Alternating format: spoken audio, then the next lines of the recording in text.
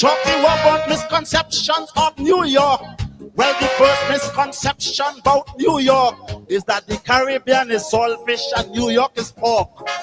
And every Spanish man is Puerto Rican. That's a misconception. And Trinidadians hate Jamaicans. That's a wrong assumption. Him like soca man. Another misconception in the USA is that every Rasta man could sing reggae. And anybody giving you a fast tempo, that is calypso. Oh no. And like England, we have a female speaker with some clout. Our female speaker does with big men and kick them out.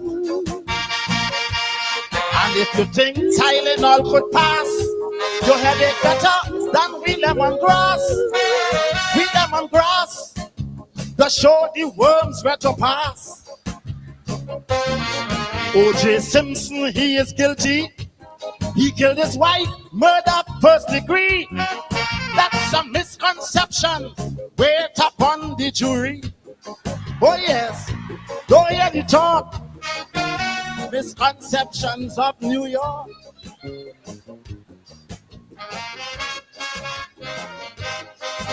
Yeah, in London, France, Boston, Canada, there are many misconceptions out there. All you just hear, that affair, I'm from Trinidad and Tobago, brother. We are not a part of Jamaica. Though we sing reggae, that's in we culture. It's pan and kite, so there. You hear? So when you hear Harry Belafonte and Poindexter, that is not Kaiso, that is brandy mixed with water. And don't you think that Mighty Sparrow is the only king of Kaiso? There's also Kitchener, the grand master of Calypso. Tonight there are 8 Trinis here in this ring, but we are not the only ones who could sing. So overall must bring in Hitch and Black Stallion. Oh yeah, so it's time you know the right things about Trinidad. I like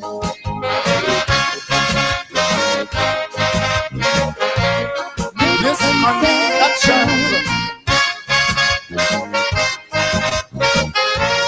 Misconception.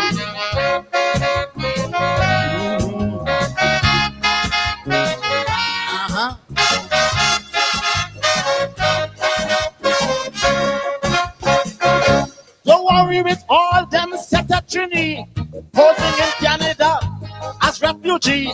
That's a misconception they're fooling you with, so as to get citizenship. And all them criminals up in Brooklyn, it's not Trinidadians doing the killing. We don't fight, we don't fuss, and when we cuss, we just say Paul. And that's all. We go to New York to shop, not to stay. We are not Haitians, we go run away. We are not from Bosnia where men die like mice. We come from paradise. And like England, we have a female speaker with some clout. Our female speaker does watch big men and kick them out. And if you see we police marching, we'll be there against Prime Minister Manning. For carnival, them and Manning, lining and drinking. Abu Bakr staged a coup there, but Abu Bakr we no longer fear. For this year, he was in the audience sipping ginger beer. So it's time you know the right things about Trinidad. A lie.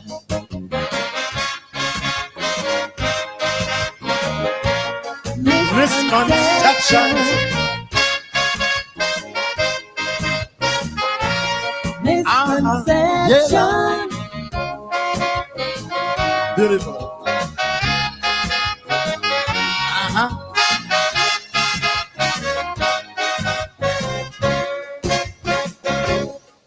Calypsonian Mighty Arrow is restarted soca. Oh no, that honor belongs to Rash Shorty, a resident of TNT. And when you hear Pan on Sesame Street, it's not Bert and Ernie who beaten sweet. That steel band is the creation of our land, not Japan. We are the only country in the world, I say, where government ministers just raise the pay. And as Calypsonians launch the attack, they just pay back. And Americans say Arsenio Hall is the best comedian. But I say he can't touch the shoes of our Tommy, Joseph, and Sprang-a-Lang. And if you see on our TV a man with his neck under a lady, he's not assaulting she, he just dancing the donkey.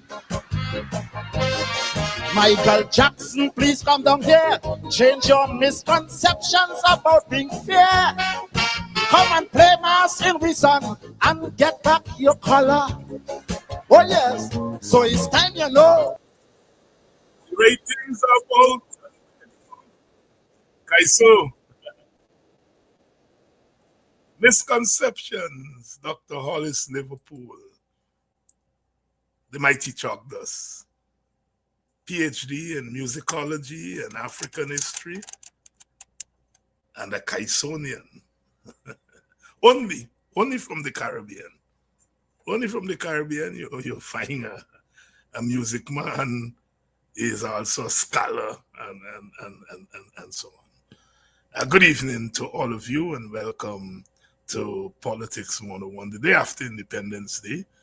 And Dr. Henry Jeffrey is here. Last week he had some difficulties, but he's here this week. And oh, what a difference a week makes. What a difference. We come on here tonight with all kinds of news. We are finding out today that the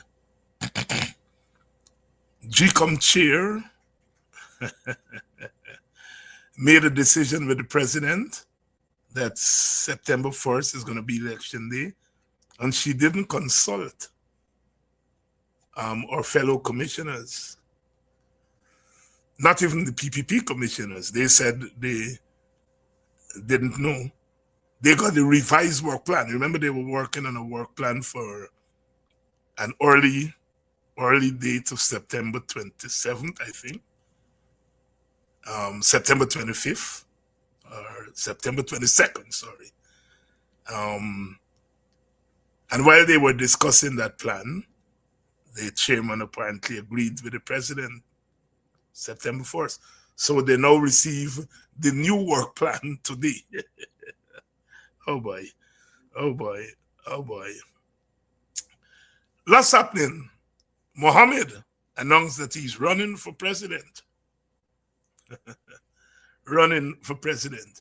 Yesterday was Independence Day, 59 years of independence. The day before that, Venezuela should have held its election in Essequibo. Don't know what happened there. Lots happening in our country. We understand they named the governor, got 4,000 votes in some section across the border in Venezuela, and all of that. But a lot is happening, and Dr. Jeffrey, of course, is going to weigh in. So please share the link, please share the live, let everyone know that we are on tonight. Promising to be quite a week. It is going to be. Quite a week it's going to be. Share the live, whether you're joining us from Canada, the United States, Europe, Africa, South America down there in French Guyana, Dutch Guyana. Welcome to Politics One. Special good evening to the people of Bartica. We keep forgetting you all the time. And I realized a few weeks ago that we have quite a lot of viewers from Bartica. They were, I think last week we were doing folk songs and so on, and we do the Bartica man Bobby Lang like a lang down. Bartica people said, oh, for eventually, Dr. Hines, you remember Bartica. Bartica woman Bobby Lang like a lang dam. And they used to say Barakara woman Bobby Lang like a lang dam too. So it's not only Bartica they used to sing pan, they sing pan Barakara. And at that time I was small, but I never knew that Barakara was a Maroon community. We are so accustomed to the Maroon communities in Jamaica and Suriname, Barakara, and it came to the nation's attention when the young man Shamar Joseph burst onto the scene.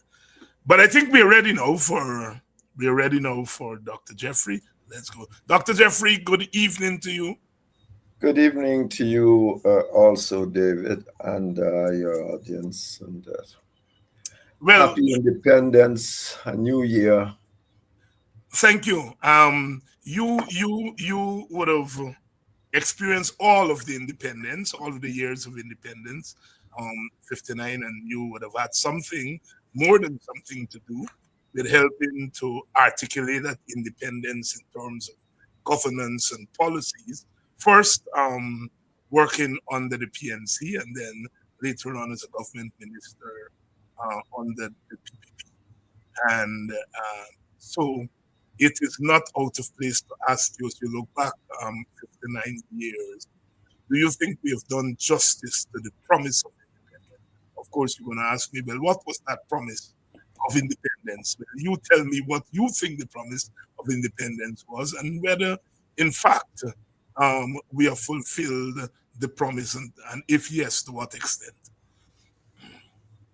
I think that, David, the promise was for a peaceful, prosperous, happy democratic state.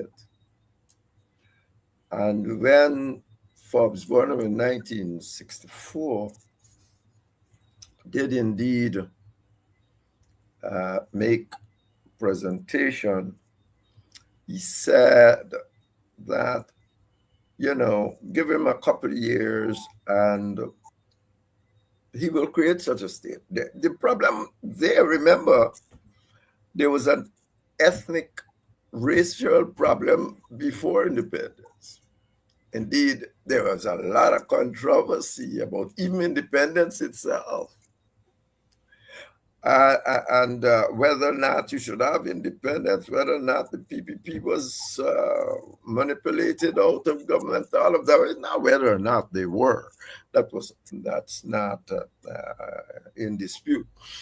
But we should have had, in general terms, we should have had a peaceful, united, prosperous democracy.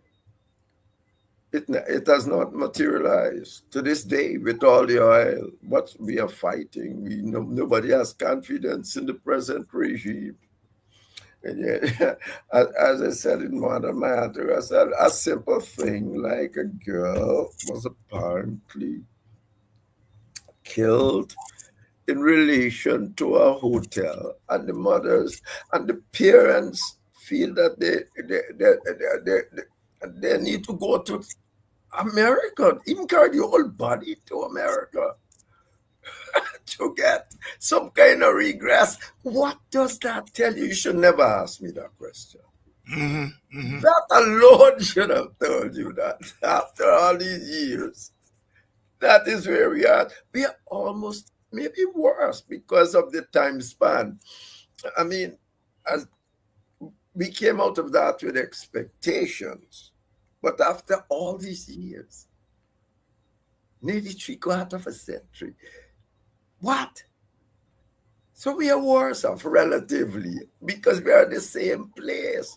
The government, and even worse, because I doubt even then they would have said, oh, I don't think that the border regime and the police gonna not do a proper invest. Imagine it has gone there. It has moved from the macro to the micro level of management. They're saying, believe them, they're all your cronies. And they're not wrong in the sense that the PPP, you just said it again. Every word you say and people, it substantiates the position that essentially the PPP has captured the state and is doing what it likes with it. So yes, I had read before that GECOM could be ready for election. But if you have a proper GECOM, it wouldn't sit down with all the commissioners and say this and that and discuss and so on and say, well, I will tell the and then the chair would say, well, I will tell the president that you can have election any time after what I did. You'll give him. Now, if you are saying that didn't happen, demonstrates quite clearly that what is going on in Ghana. So it's not a question of where we are. We have not gone very far in terms of maybe a little bit more. Well, we had to. By definition, prosperity had a little bit of that. But in terms of having a peaceful and democratic society, we do not. Every serious index in the world called Guyana something of a dictatorship one way or another. Even not an index of dictatorship. Look, the Transparency International now said they and their business sectors capture the state and doing precisely what they want. Because when you capture that and you see what they just did, call the chairman, she goes and well, she come back and tells people that's it. So that's where you are. Dr. Jeffrey, let me ask you this. Obviously, the countries in the so-called post-colonial world coming out of colonialism, as far as those of us in the Americas, coming out, going back to slavery, certainly going into independence, there are challenges. There obviously must be challenges. How you turn a plantation into a nation, a tremendous challenges. And so what we have to be fair to ourselves in Guyana. But when you compare Guyana to other ethnically divided states, and you know, even in Africa, which is racially homogeneous for the most part, there were ethnic divisions. In fact, our own Arthur Lewis, in his treatise, was really talking about West Africa. And it was this, he was talking about the Caribbean and Guyana. Have other countries with the same challenges like Guyana done relatively better than us? Or are they all in the same boat? I would say that they are nearly all in the same boat because they have a conception of governments that based on the British system. And the elite are brought up in that conception. Look, it's only recently Northern Ireland fungus vote. Mm-hmm. Sri Lanka was uproar until the government go and kill up all of the people. Sinhalese. Well, what the name of the opposition group go in the area and destroy them. Malaysia, yeah, that did a bit different because very early on they recognized that essentially there is nothing wrong with people voting for their groups. The trick is to set the system up so that everybody can have a voice and have an equitable living within it. You can't just say, oh, the British system won. You can win the British system maybe with one vote. And in Britain, that might be all right because there are, 75% European, English, or whatsoever. But the point is that when you come down here, it would not work. You have to do what they did in Northern Ireland after years of murdering and killing each other. So no, look at Cyprus. You know, the Greek and Turks, they are still a bit at loggerhead, but this society is divided. It is being essentially run as two states, but the United Nations still treat them as one state. So no, and I'm saying this, and look at what the regime here tried to do recently. Here, instead of dealing with the political system, they try to now impoverish one group to force them to join their group. Imagine that. You are trying for 3 decades. That's what the PVP been doing. Trying to impoverish the other group. So you'll be in a position to, you'll have to come and support them rather than constructing a system of governance that includes all people today. Anyway, you're going to raise this issue, but I'm not going to speak to it now. But today, it doesn't matter if you want to vote racially. That's your business. Let me put it like that. Let me raise it. You can vote ethnically, but their ethnic groups have rights. Mm-hmm. United Nations give ethnic group rights. You can't. They try to destroy the ethnic groups that the PPP has been doing with every ethnic group in Guyana. Well, they have suppressed the Amerindians almost totally, but they've been trying it with typology and not giving them this. So there is where you are. The answer to your question. Yeah. No, but the places, as I say, like Malaysia and so on, that has recognized and Northern Ireland recently, that has recognized the need for structural political change, the situation has been quite different. Henry, let me read this. I'm sure you would have read it. This week's column by Ralph Ramkaran. Mm-hmm. And I'm reading it and to get your comment, partly not because I think Ralph is correct, but because I am frustrated that this kind of thing comes once a year from somebody like Ralph Ramkaran and not once a week. Let me read it. Guyana's wait for trust and confidence, which many supported in 2001, including the diplomatic community, because it had a specific time frame, namely the end of the constitution reform process, now effectively means that the PNC must behave itself before it can sniff the corridors of power. Well, no self-respecting party, which the PNC is, will succumb to what some tell their children: behave if you want a piece of chocolate. I have never spoken seriously to any PNC member about these matters, or for that matter, to any PPP member within recent times. But I believe that if Mr. Norton is to be approached with a plan for a higher level of cooperation, he will not decline such an invitation. But no doubt, reading between the lines of his recent statement, he will be looking for some bona fides. Whether or not he is right or wrong, the opposing side has to contend with such an approach.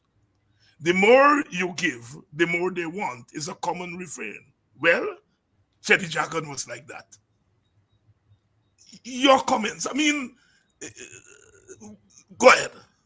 But David, yes, Ralph has said that at recent times. I mean, not recent times. He's said that before. But the question is, other people have said it. Quinn, the ambassador from Britain, he wrote a thing. Other people have said it. You are in Guyana. The question is simply not saying it, it's getting it done. Yeah. And when you have an elite, a political elite, and you see, this is where it even gets more complicated, because you had a opportunity to do it too. Yes. In fairness. Yeah. Right. You had an opportunity to do it. And I wrote 100 times. I said, I'm being weeping and gnashing of teeth if you all don't do this thing. But the question, and therefore, you can see is a mental thing. It comes down. You said Mohammed Ajay. Here he can come and say now, oh, people mustn't vote. We should don't bother voting about ethnic groups. Why? Voting about ethnic groups is not the problem. Since when there is the problem? There was a problem when you think that you can assimilate everybody in one group. You can bring English or whatsoever culture and put everybody gonna live by it, but people don't live like that. I think it's just Huntington in response to something called the end of history. Who was that? Who said the future would be the battle of cultures?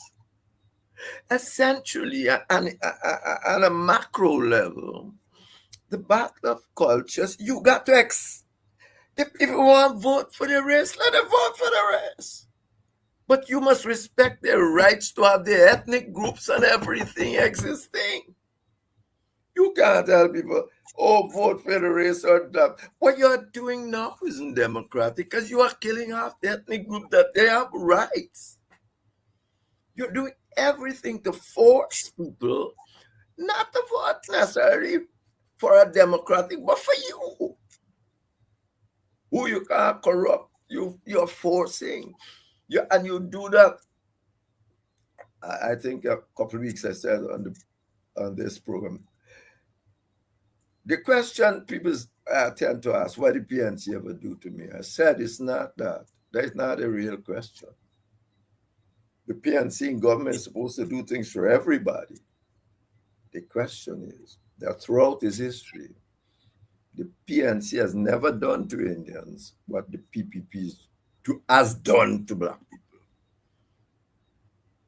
In every level, that is the question. The problem. And they have done it for one simple reason: to try to force you into their clique and whatsoever they are doing, trying to force you to vote for them. The few people on the streets out there that's getting a little pittance from doing all sort of mecha, the Scarlet War. But remember, the minute this government came to office, they cut this government spending on public service salary by half and increase it on infrastructure by 100%, nearly 100%. So effectively, since a whole lot of Africans are in the public sector, what happened?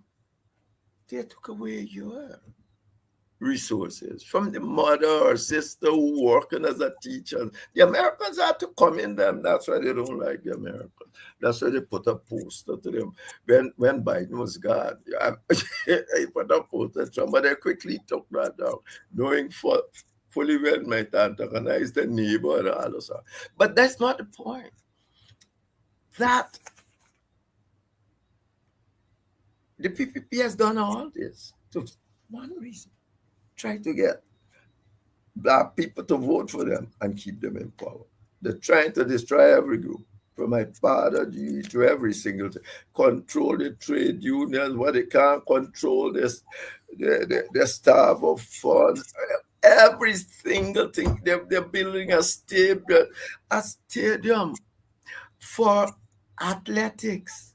Black people are more athletic than in any country you go, and they put it where they put it. Palmyra. I mean, what kind of thing is this? I mean, you got to be an idiot not to see what's going on. You got to be a total idiot. I mean, it's just terrible. I think you would be hard pressed to show me this ask what PNC do. They better show me what the PPP do. I can show what they do in the negative. All the PICs, practical instruction centers that was in them villages, disappear. Now they're saying, oh, they're going and open it like if it's something new. And now they're saying you're scrapehead because you're confused. When people say scrapehead, they don't know that. They ply you with all sorts of crazy music on independence rather than let you talk about independence celebrations and what independence means, because they can't do that. So it's going to be Kelly, and then they themselves are complaining about the lewdness of Kelly. Whether or not Kelly is lewd doesn't matter. But this is a systemic thing that they've been doing for the longest while. So then what they do? They say you're unlettered, some of them, and the other ones say you're scrapehead. Mm-hmm. And if by scrapehead I mean confused, they're around. But this 30 years of PPP rule has created that. Henry, let me ask you this, because you have been studying this thing as a scholar. You have been working in a practical way on both sides of the ethno-political divide. Burnham, obviously, in the early days of independence, had to do a dance, had to recognize that he was governing a country in which Indians had tremendous influence, tremendous power, economic sway, and so on. And so he was very careful about how he engaged the race question himself. But of course, he could do that because he had like Ascrea and so on dealing with the race problem and so on, and he walked that line there in the middle and so on. But as the situation has unfolded over the years, and the PPP got back into power and was most blatant, has become more blatant about what you're calling what they've done to black people. Do you feel the old Burnham approach of not dealing directly with the discrimination against African Guyanese, do you think that approach, and I think that approach, the PNC and the AFC still generally take that approach, do you think that that approach is correct today? I think that Burnham had, remember, Burnham had a trump card. There was no way you could have removed Burnham or anybody wanted to remove Burnham because of Chedi Jaga. Yes. Cold You War. understand? Right. Chedi Jaga was a whole communist. So effectively, they might watch and sing about Burnham, but they are not going to remove Burnham because, and Burnham knew that. Burnham used to bring Chedi to the fore every time they say, well, this is the alternative. And that's why when you lot comes with Rodney, he could say there you are the other alternative. You remember what he said? The What worst WPPM mean? You are the worst possible alternative. That you are worse than Jerry. So effectively, but Burnham too believed, and most people in that era believed that as you have to, the people should do what young Mohammed talking about today. Essentially, stop voting for your race. Well, they're not going to do it. And even if at Burnham time, it wasn't clearly understood because, it's only in the 60s that the whole idea of shared governance come to fore. Yes. Long before that, from John Stuart Mill, people thought that countries like us, divided countries, are a waste of time. They can't go anywhere. Just like we are going nowhere, they thought that this is the normal process for these places. They ain't going to go anywhere because that one's going to vote for this one, one's going to vote for the other one. The only way, and it's in the 60s, late 50s, 60s, that this thing developed about shared governance. Arthur Lewis is said to, Arthur Lewis, as a matter of fact, Caribbean, is put down as the father of shared government for that same thing he did in West Africa, for that very same thing. So, yeah, and it has proliferated on almost everything. And today, of course, you have ethnic groups have rights. They have to have a voice. They have to have all of that. So what Ghana is doing is even breaking all UN rules. And effectively, if you're going to an election that is just to maybe operate as a selection, not going to a democratic election, so to speak. Where you're going is to choose the next autocratic government of one side or another, because the other side ain't got no say in anything. They would have to transform the system if they win. It's an autocratic government. They don't care. They don't mind being called autocrat. Maduro look like he cares. He's being called autocrat. But Putin look like he cares. He's called an autocrat. These people don't care. You get into power and you stay there by any means possible. And that is the root of what's happening here today. What the current approach of the PNC and the AFC in particular? Yes, sorry. Right. Yes, of that was what I mean. not dealing with the racial discrimination against because, yeah. Because they are incapable, it seems to me, to say to Indians, as the ANC said to the whites and others, we have a struggle going on for our basic rights. We understand that you two are discriminated, not the whites, but the other are discriminated in some way also. But listen, we're going to have to take some radical steps to do this. If you can't join us, don't. Don't. Because we are not going to sit down here and believe that somehow you got it's not happened for 60 years, all of that. It's not going to happen. It's not going to happen unless we do what Jack you are doing. Indeed, if PPP would claim that is what you all tried to do when you were in there. They would say, you see what happened to the sugar workers? That was a little forced move that you were doing. So to pressure them to break up the sugar thing, to say this, that. But if you got to go to that level, it is not nonsense. It's not just recognize people for what they are and let us run this country together. There's enough here for all of us. All of us. So the PNC has not been able to sing that. They're still there in the assimilationist mode. Just like young Rahman come up and says, It's the same thing. Oh, Indians ain't gonna vote. Indians ain't voting for you anyways. And he ain't getting either, no, any young Rahman getting no Indian vote. The Indian vote is more solid in Guyana than the African vote, and that is where he might get some of.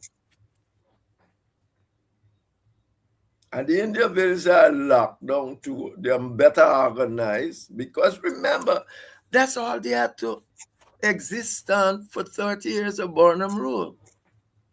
They had to pump up the people about anti-Burnham, anti-thing, and it all always boiled down to ethnicity. Jenna J going to stand up and say, don't split the votes every election. What do you think she means by that? So effectively, that's where we are. And until the PNC and them can start understanding that the rights of African people is not to fight for the rights of African people in a legitimate way, is not to deny the rights of any other people. Mm-hmm. It's to call on those in those communities that are serious to stand and let's fight together. And the whites, many whites in South Africa went with the ANC. Many Indians in South Africa, not the whole, substantially all them, but they went. But you got to put your struggle ahead of something, I don't know what, dreamy idea that you're going to get this substantial vote. You are not going to get it. You are not going to get it, as many of you know, or most of you know. I have come to that conclusion. And it has nothing to do with my lack of respect for Indian people, but it's where the politics are at the moment, and we risk really pushing Guyana to the Northern Ireland thing. So many hundreds and thousands died in Northern Ireland before they come. I would not like to see our country go down that. Henry, when you were here 3 weeks ago, it was just after the blow up, the week after the blow up, when the body of that young child was fished out of the pool in that hotel. 3 weeks on, there is no solution to what may appear to be a simple, straightforward case. Now the body, as you have pointed out, has been shipped to America. Are you surprised that what would under normal circumstances be a routine thing has really reached the level that it has reached? Well, yes, to be truthful, I can see, you see, the police made, the police, I don't think Indian or Africa or nobody got any faith in the police hierarchy. And it's over, not just this year, It's over how everything has been happening in the police force, how they're being appointed by that. It's not, I'm not saying it, it's there for people to say. There's no confidence, no faith in the police system. And then this police officer come and said a girl gone with somebody in a car. Now, I said, I'm trying to rationalize it away from him in the sense that I'm saying maybe he said that because the crowd wanted to go in. And perhaps if he said that the girl got in the car, people would say, oh shit, what are we going in there for? But nobody bought it because all the people there were saying no, she had got out of no car and all of that. The simplest thing when all of this happened was, and people start saying the thing is neutral. They want a neutral, but how would the PPP go and bring people that they have relationships with? From the hospital in Sinai, in Mount Sinai in America, they have big relationship with Joshua Hospital. So how would you go and do that? It's like a madness. So the rationale, the people are saying you could have just woke up and said, here, given you don't have faith in what has happened here. Good. We think that we have done our best. You go and find who you want. Don't tell us. We will, within reason, pay for it whatsoever. But when you behave like they behave, everything that when they go to find another man, they go and find a resignee that is accountable to no one. I mean, what? Jeez, why they call them Norwegians? They must be the most uniquely considered neutral people in the world. Why they call them and say, or tell the family, Norway is that, check them out and see if you want them to come and do this. Why you are going intervening all over the place? So it leaves the impression that something is wrong on the ground. Mm-hmm. And it's not it cannot be a false impression because at every stage you involve, you want people that you have some leverage and understanding with.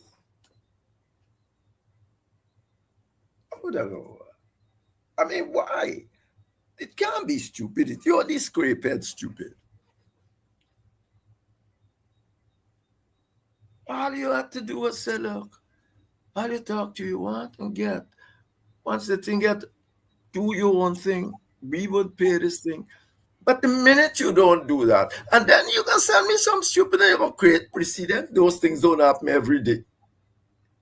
So wait, like the plan is going to happen every day to set for some sort of precedent. Mm-hmm. These things are making God, it don't happen every day. But that is, and so people should have that right. What president? One every 10 years? Yeah, do it. If people don't have faith in what you are doing, but your government, and I think that is another part of it. If you got to run after New York, as now they are, well, you show that you're really not any government that many people in this country feel safe with. Because this is a simple country. This is a simple family. This is not no big ideologue like David Hines and all of them. And they don't feel safe. They don't feel it. And they got good reason not to do so because every time you go and handle it, you want somebody you got some relationship with to be involved. Jeffrey, let me pose some questions, some quick, as they say in the media world, rapid fire questions here. Mm-hmm. We've been hearing for over a year. Elections are likely to be in November. GECOM said, look, the earliest we can do is September 22nd. Yeah. The government seemed very comfortable with that timeline. And then the Adriana thing happened and so on and so forth. And suddenly, out of the blues, you have this September 1st date. And as it turned out, it's a date that worked out between the president and the chair of the Yeah. commission. So there are Yeah. two issues there. Yeah. One is that clearly the PPP changed their game plan. Clearly, it's obvious that they wanted an earlier date. And second, the chairperson acting. I mean, okay, you vote mostly with the PPP. You getting away with it. Opposition quarreling, but I mean, we take it in stride over time. But you've gone now to the point where you are going to fix a date behind the back of your own commissioners and then come back and give them the work plan after. Accommodating, obviously, a PPP change agenda. Talk to us. First of all, David, let me follow you here. Yeah. There was a talk. I thought GECOM said they can have any date from the 27th. I thought that was made public. Yes, that was made public. Well, if they had said made that public, they must have discussed it at GECOM. Yes. Good. So if the lady goes and she ain't gonna make any date. She just give him the date. There's nothing for to speak about. He didn't even have to call her. He could have just sit down and say, I want September the 1st. Based on what you all have already said. What you want gaff about? You understand what I'm saying? So don't think he didn't have to call her. The president could only, he said, I want September the 1st. Oh, you give me a thing. So that's what I've chosen. But she said publicly, yes, the 22nd is the earliest date. The 20th with 22nd of September. So he should have said October. September? Yes, September. I thought it was August. Anyway. No, it was September. Okay. So you're right. I mean, she didn't have to call him. He could have said October 1st. Yes. But I didn't hear their recent discourse. But certainly, the president can't change the date by himself. GECOM got to change the date. Yes. Their schedule. So, yes. So, I mean, yes, you're correct. It's GECOM government. But what's new? Yeah. I mean, why you're making a fuss? People be doing what it's like. It's capture the state. It's what Transparency International said it. They have captured the state. They are going to just want the election as something they're going to put them back in government. They don't care if it's democratic or autocratic. They don't care. Jeffrey, let me stay. You were in government. Yeah. So you know some of these things work. If you watch and see, the police say this child, they tell a lie about this child. The people figure the government is covering up. Yeah. They literally closed down the country in one night. Yeah. Why are you risking antagonizing them further? Because I want to stay in power. Ask Maduro why he doing what he do. He went to election and he may lose here coming out. Ask Putin. He's there doing all these things. Simple as that. I want to stay in power. I don't care anything about democracy. That is out the window. They're gone for many reasons. They're gone long before we were saying you're suppressing groups, you're financing of election, all that gone. Democracy gone. I am going to run an autocratic state, an electoral autocratic state that's on the way down to becoming a real autocracy. I don't care. I don't have to bother anymore. I'm not bothering with these finesses. And therefore, you end up where we are. I have to agree. but it's still bothers to me. Oh my God! But it's nothing that it is what they don't care. They don't care. I'm not talking to you until you say that I didn't that I wouldn't rig an election. What? Every government and thing that people can't say to one another, you rig, and rig. But nobody has ever said, Barnum, that's a Barnum rig election. Barnum, you stop telling Jake and all they been talking about it, Parliament and everything. But they don't care. Jeffrey, look. on the weekend, GHK Lal, a few days ago, wrote this column floating the idea of Carl Greenwich being a consensus candidate. I can tell you that I have received no less than 6 calls from opinion shapers asking my view on it. Will I support it, etc., etc. Is this at the 11th hour still a continuation of wanting to this away from Norton? Yeah, or is it really a serious thing? Then the election is called now. Let's see what gonna happen. The truth is that this, the democratic mindset is a mindset you got to get, Mm-hmm. Half of these, well, more than half, 90% of them never even live in a democracy. They live under Barnum autocracy, and then for about a couple of years under GECOM, which was just trying to hold on to power, they live under another autocracy. In your party, it's the same. You got Norton go and won a democratic election. The way to deal with that, if you think Norton has shortcomings, is to try to get people in place that can deal with those shortcomings.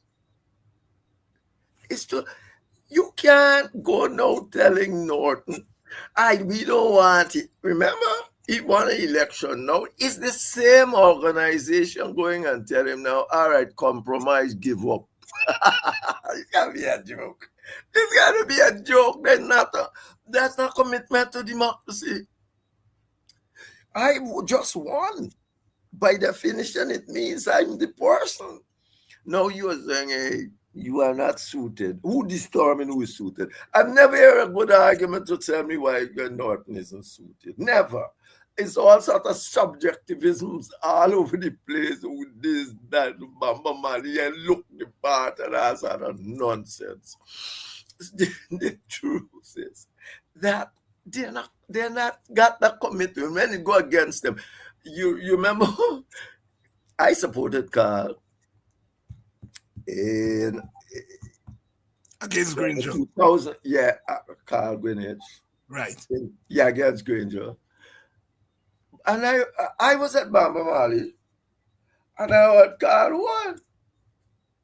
My people called me and said, Jeff, Carl won. Next day, just the table to overthrow.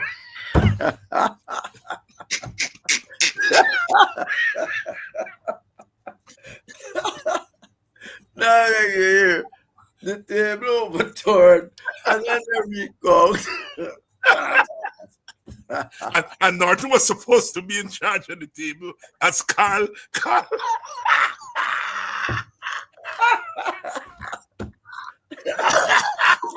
As Carl and Amna was in full play. And Amna was in full play. So, politics is nice in Ghana from us. Carlos, all right. Carlos. Okay, we know Carlos, but we asked that thing. Now, so Carl become president. So, no, they want Carl. Oh, shucks. What's happening here? I go on. I think you're not seeing me. I hope you're I'm seeing you. You're fine. All right, good. So now they want Carl to effectively do to Norton what they did to him. We've lost. We have lost Dr. Jeffrey there. He's going to come back. He's going to come back. Very interestingly, we're talking there about the Carl Greenwich um, uh, Brigadier Granger race back in 2010, I think it was, that was narrowly won by Granger. Many people thought that Carl Greenwich had won. And very interestingly, but some of you may have seen the article by GHK Lal in which he's saying, look, if Hughes and Norton can't agree, why not have Carl Greenwich as a consensus candidate? And it's a fair suggestion. I don't think GHK Lal is being malicious. I think he is really bemoaning the fact that the two of them can't agree, regardless of who may be blamed. The two of them can't agree. And he said, well, why not Carl? As I said, I got several calls over the weekend in my capacity as a co-leader of the WPA to say where I stand on the issue. And my position is that I don't have a problem with Carl Greenwich if he is legitimately agreed on as the candidate. What I do have a problem with is if Carl is now belatedly being used to do what the others have not been able to do, which is to take away the thing from Norton. That is my problem. If Norton says, I'm gonna support Carl, and Nigel and the AFC said they will support Carl, we don't have a problem with supporting Carl. We don't. We think that Carl is, like all of them, quite qualified. But as I said to everyone that I've spoken to, that if the attempt is to use Carl to wrench this thing away from Norton at this 11th hour, I will have some problems with that. So it's interesting to see where things are. The coming weeks are going to be very crucial. The election date, unless something dramatic happens, the election date is going to be September 1st. And so we have about 3 months to put things together. I still am of the view that a grand coalition, including the AFC, the PNC, WPA, and others, is the best way to go. I heard a PPP man say last night that the African Guyanese vote is premium, and that is why the PPP going after it.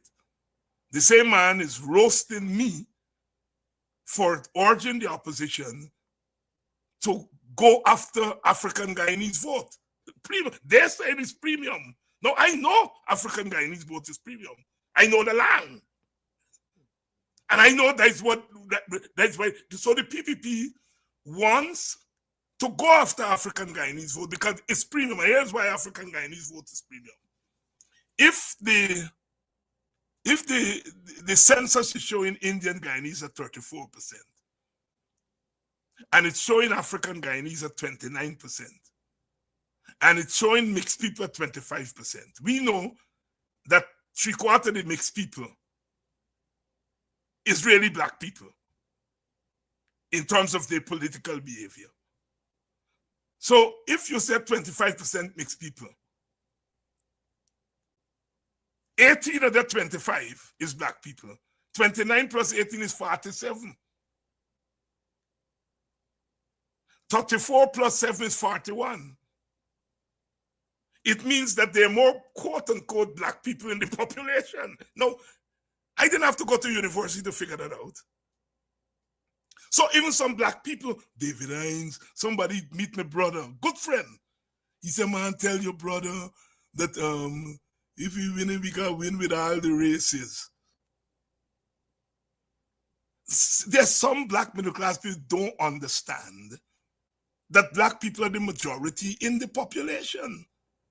And that is why their premium, it jumped out last night from a PPP man mouth that the black vote is premium. It has to be premium because it's the majority vote. It's not over 50%, but it's close to 50%. And that my overall strategy, that your first option is your base, which now is a large plurality. Then your second option is to get a share of the Amerindian vote. And then your third option is to squeeze as much Indian votes as possible, knowing. So it's not that you're ignoring Indian votes, it's real politics. Why spend more money on something that is harder to get than spend it on something that is easier to get? It is easier to convince the black voter who suck the teeth at you than to convince the Indian voter that cussing you every day. At least the black voter sucking the teeth and say, when have you been there? And you didn't do nothing for me. It is easier to convince him than the Indian voter who the PPP has poisoned their mind that the PNC is poison. Norton is poison. Nigel Hughes is poison. David Hines is poison. You already have an uphill task there. So it's a matter of real politics. A matter of real politics. And the PPP knows that. Freddie Kutsuna spent the last 3 columns trying to convince Norton that he cannot have David Hines and WP on his ticket because he's not going to get Indian vote. That's their new strategy. Remember a few weeks ago, Nandlal said, the uprising that happened is David Hines and the WPA. They're responsible. Well, of course, he put it that way. What he's in effect saying is that David Hines and the WPA are influencing people's minds. Then Freddie and the other propagandists are now saying Norton should cut loose and don't have David Hines and WPA in a coalition. Pick sense out of nonsense. Pick sense out of nonsense.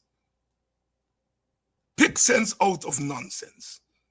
Remember the anger against me because I talk about these guys who are going across. Look at Daniel Siram today, Indian brother from the PNC, who became the regional chairman. They put it as a regional chairman for Region 4 because they wanted to prove that they're multiracial. I know that for sure. Nobody had tell me that. There were other people who were more capable of being the Region 4 chairman. They put the Indian brother because they wanted to prove that they're multiracial. The brother get into some trouble, domestic trouble. The PPP was hanging him high. And you remember? No, that brother gone to the PPP. That Indian brother gone to. This is not a commentary on Indians. It is where the politics are. It is where the politics are. Look at one of the chaps from one the small party. He gone to PPP. I'm saying you're seeing a trend where Indian Guyanese opposition members are drifting to the PPP. And I am not cussing them. I am not surprised by it because I understand where the politics are. And that is why I am saying to African Guyanese, you may have lots of problems and you have every right to have problems with us. It was problematic when we were there for the 5 years. as far as the way we dealt with African Guyanese issues.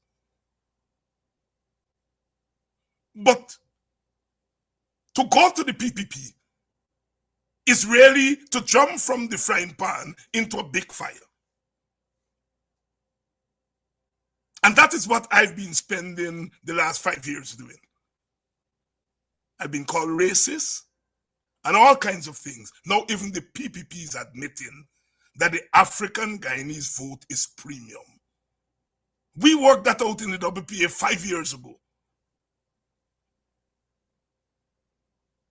It is not that we are saying that Indian votes are not important. Indian votes are important, but it's the hardest vote for a coalition on the opposition side. It's the hardest vote. I think the Indians who are going to vote for an opposition coalition have made up their minds already. And nothing you do now can convince those who are going the other way. And so, where the PPP is beating us, I think it's on the race question. Because our side still has not worked out clearly the race question. You make sacrifices today because you have to win an election. If we didn't have to win an election, my emphasis would have been different. I am a power sharer. I believe at the end of the day, the representatives of Indian people, African people, got to sit down in the same government and work. I believe that at some point the PNC, PPP, WPA, AFC, all we got to sit down in one government and run the country. That is my ultimate goal. But given the winner-take-all thing, one side got to win. And I am asking, what is the most effective strategy for an opposition win? The no opposition to win, to get 51, 52, 53% of the vote. What's the most effective strategy? And so therefore, that's where we are. Now, the Mohammed thing is interesting. I share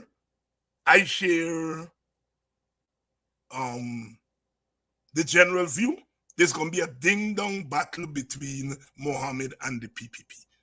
I'm saying that in me business. That's not my business. Let them battle it out. They were comrades. The PPP made Mohammed. Let them battle it out. Mohammed may get some Indian votes. We don't know. Mohammed may get some Indian votes. He may not. But I'm saying that's not our business. Let them battle it out. We got our own battle. The battle between the AFC and the PNC. Let me work out that battle. Let me work that battle out. It's a battle between the old middle class and the new middle class. Black middle class. The battle between Mohammed and the PPP is the same battle. The battle between the Indian political class and the new Indian economic class, money class. Mohammed represents this new Indian class that the PPP give contracts and give this and give that, and they've now become super stinking rich. And they're now clashing with the people who make them. So it's the political class, the Indian political class, and the Indian economic class. That's the clash between Mohammed and the PPP. Let them work it out. We black people, we have our own clash between the old middle class, represented by Nigel Hughes and the AFC, and the new black middle class, represented by Norton. Let we work out our differences. Let them people work out the differences and see where it goes. Let them work it out. Sometimes black people think we are too cute.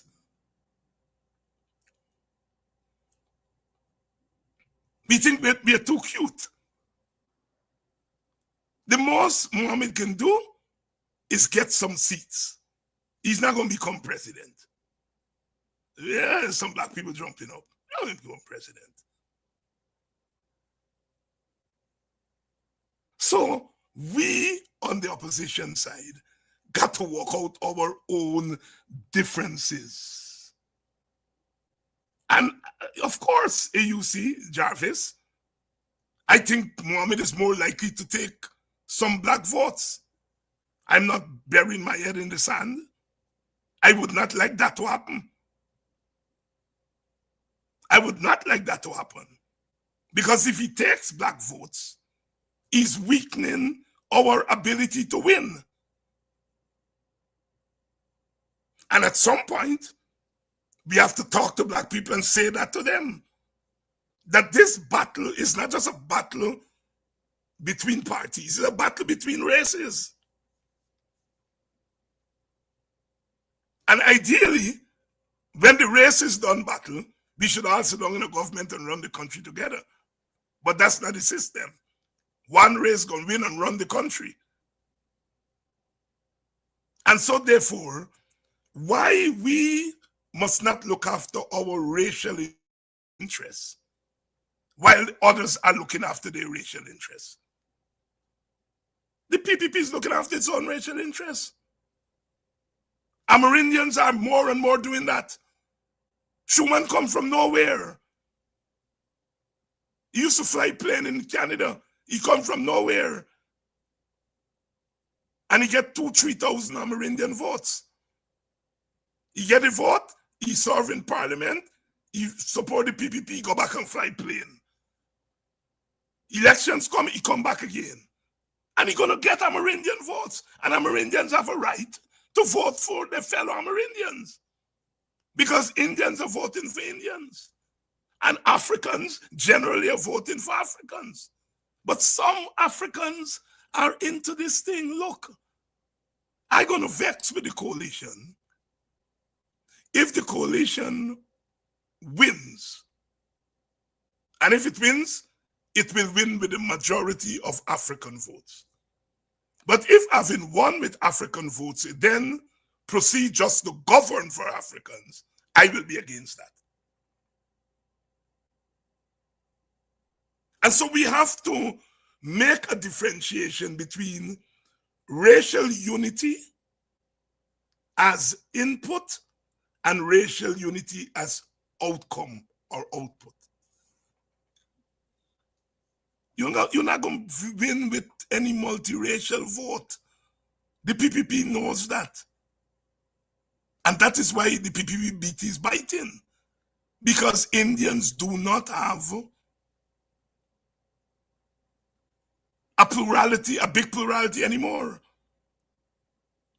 When you take the Indian, if all of those 34% vote for PPP,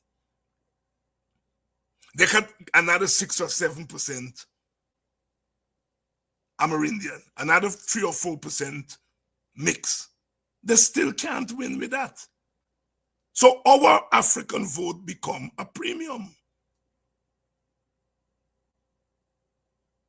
And we have to find a way to get African people to go out there and vote. And we have to convince them that you're voting not just for a party or a coalition of parties. You are voting for African self-respect. You're voting for African dignity.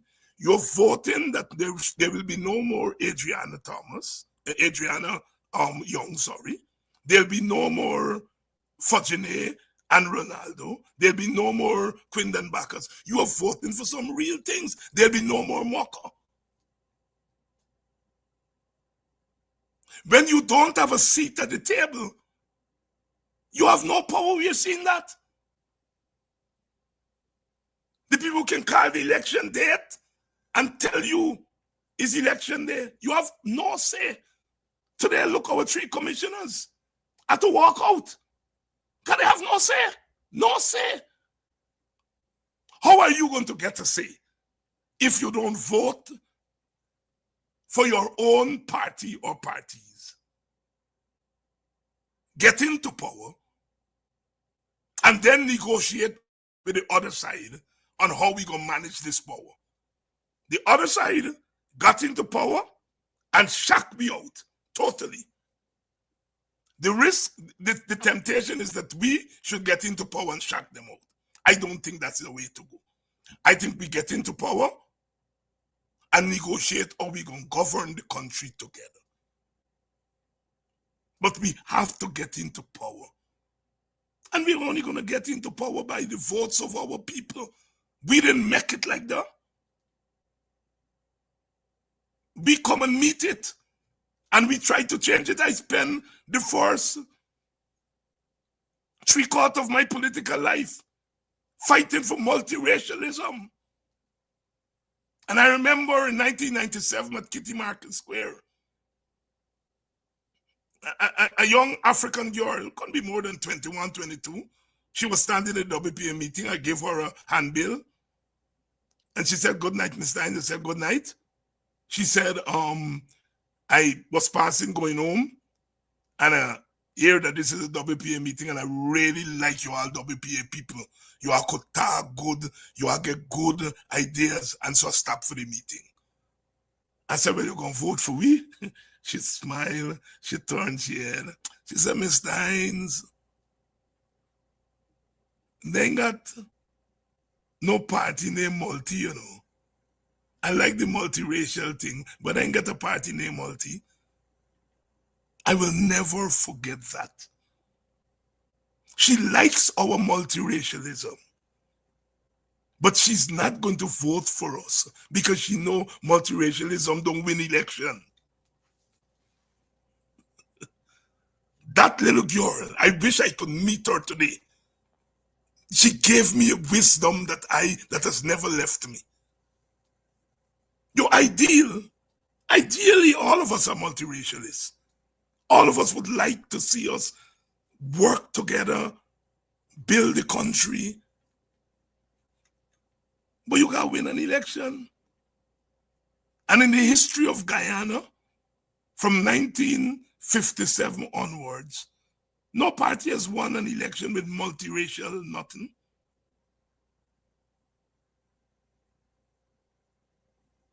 The coalition won in 2015 with a decisive, small portion of the Indian votes. But the vast majority of the vote were African votes.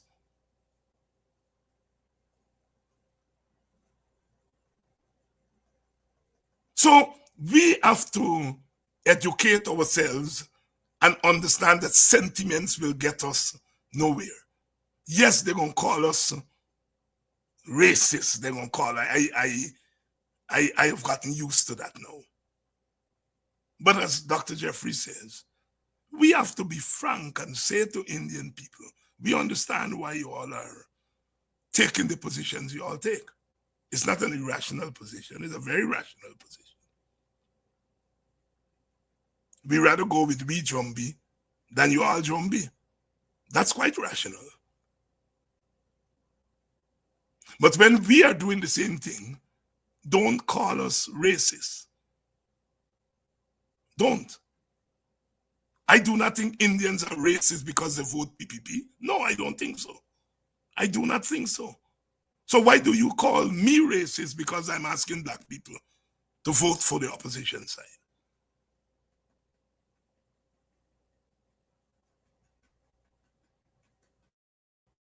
So, sisters and brothers, there we are.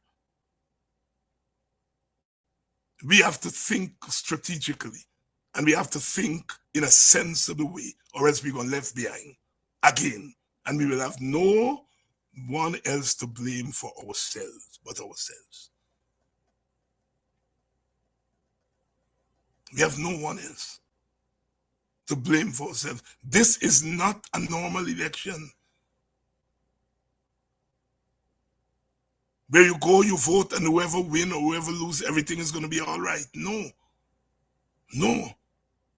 This really is, this election is about African Guyanese. Frankly speaking, Indian Guyanese feel that they're okay. Amerindian Guyanese are outside of the process in many ways. You know, they're in the interior, neither race treat them with respect. African Guyanese are in the mix of things. And African Guyanese have been treated badly by the PPP. So this election is about us. Are we going to remain treated badly, or are we going to gain power to stop the bad treatment?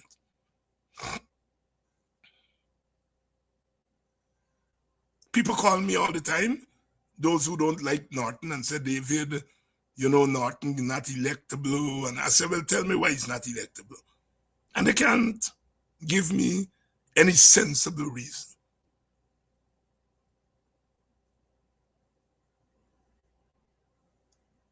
People have a right to choose who they want. They got some people tell me, David, you and the WPA should be it. People have a right to say that. People have a right to say I for Norton. People have a right to say that I for Nigel Hughes. People have a right to say I for Campbell or whoever else. People have a right to choose their best candidate. That's your right. But then to look at the candidate that you don't like and say he's unelectable is where you lose me. That's where you lose me. Everybody got a right. You go, you choose a man to be your husband. Does that mean that every man you didn't choose bad, unmarriageable?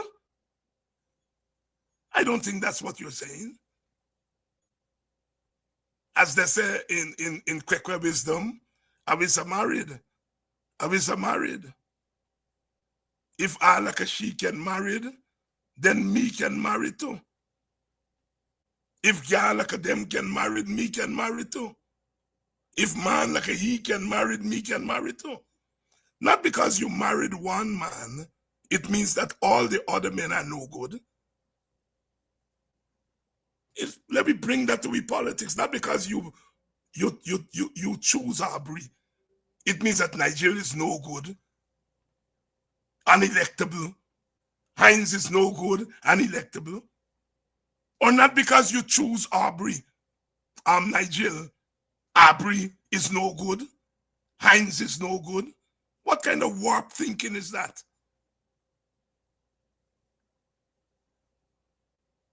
What kind of warped thinking is that? So, sisters and brothers, we got work to do. Time to close ranks. Time to close ranks. Dr. Hines algebra is my favorite subject, having said that APNU won by a small amount of crossover. So as it now, there will be a subtraction of votes from both major parties. What will be the new outcome? Bring out more of your own votes, you see.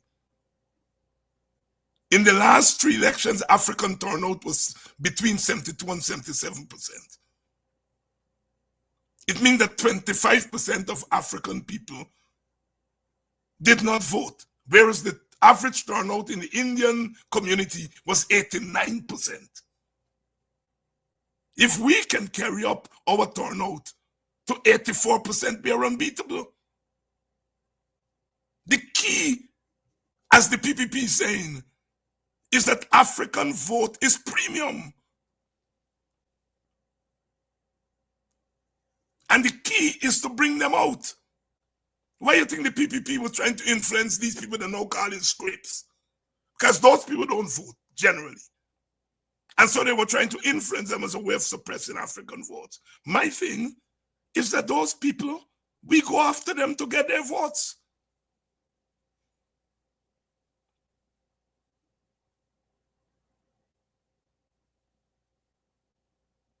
We go after them to get their votes.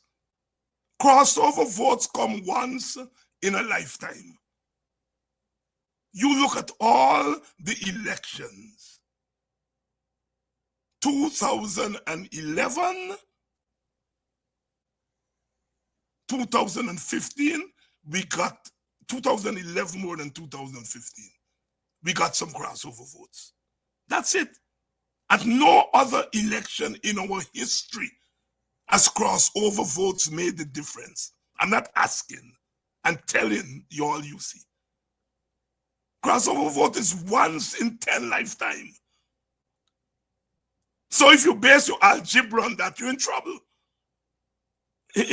You're basing your chances of victory on something that happens once in a lifetime. In 2006, African left the PNC. Where did they go? To the AFC under Trotman. I cross over to the PPP. During our time, WPA time on the road was election time. We were on the road and we got support from both sides. Africans come on the road and support me. Indians come on the road and support me. When it's election, the Indians in droves went back to the same PPP that they left to come. I remember black people watch us and say, them Indians going back, what you all expect me to do? And they end up voting for the PNC. Our votes came from Buxton. We got 1/3 of the vote in Buxton. And we got about 1/5 of the vote from Amerindians. And that gave us a seat. 1/3 of the votes in Buxton and about 1/5 of the Amerindian votes. When we were on the street fighting Burnham, the Indians came to us. Once free election come, they went back to the PPP. This crossover thing is a myth. It's a myth. When they saw the election in Trinidad recently, oh God, black people cross over and vote for Kamala. When they do look at the numbers, 102,000 black people stayed away from the poll. That is what made the difference. 102,000 black people, because the PNM put a Chinese man instead of a black woman to be the prime minister. And black people say, it's pass we. And they say, punish the PNM.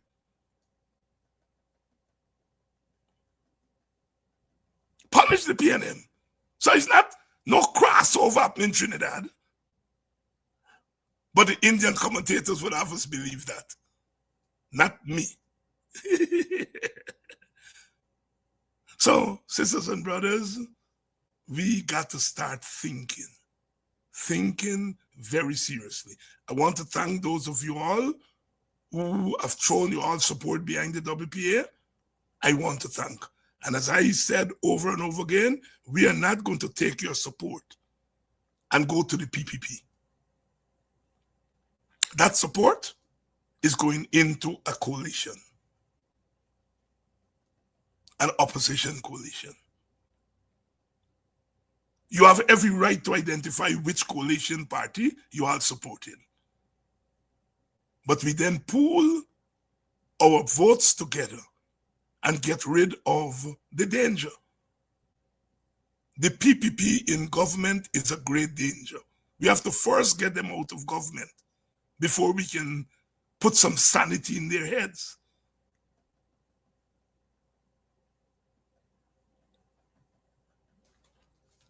Lots of work to do. Tomorrow night, Vincent Alexander is going to be here to tell us everything behind the scenes at GECOM. The commissioners had a press conference this morning, and then they walked out of the GECOM meeting in which they put in the new revised plan. No, they decide on the election is September 1st, and no, they bring in the plan after the decision. Decision does come before plan.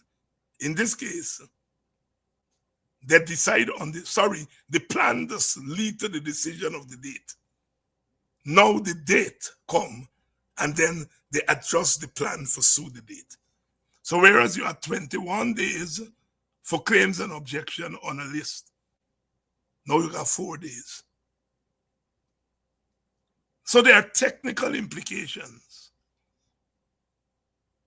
There are political implications, but above all is the sign that GECOM has turned the running of the elections over to the president and the PPP. That is unconstitutional, it's immoral, and we as a country should not acquiesce to it.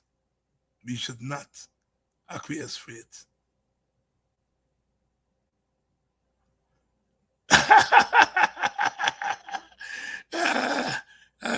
Yes, John. Black women got it right again, Dr. Hines. Looking for 6, 7, and 8. Yeah. The most reliable of our voting blocks are black women. In the United States, there are 2 reliable voting blocks: old white people and black women. Old white people, of course, vote Republican. Black women vote Democrat. In Guyana, the most reliable voting bloc on our side is black women. Black women. I read the comments on Facebook, and they tend to be much more pragmatic and much more conscious than our men folk. I'm not putting down men, but we men, we tend to be too cute sometimes in our analysis. We want everything to be perfect. I guess the experience of women having to run a house with a budget of $100,000, but they get $60,000, they got run the house with a deficit. They have more of a pragmatic sense of things than men. Men, we want everything to be perfect. Perfect. You know? Nothing's not perfect. So we chanting it down. We want perfect. Perfect. Women know that you got punch. You got punch and make ends meet. And that's what we have to do. We don't have a perfect candidate, but we have very good candidates. And we have to make something out of it rather than fighting one another down. So that's the message for tonight. Tomorrow night, I'll be back again for another edition of Politics 101. We are in campaign mode. Thanks to the people of Buxton for turning out last night to the public meeting we had for Adriana there. Thanks to you and those of you who came from other villages. Thanks. WP is going to stay on the road. We are now ready to go on the road, and the other communities are going to be seeing us in the coming weeks, playing our role in trying to bring home the victory.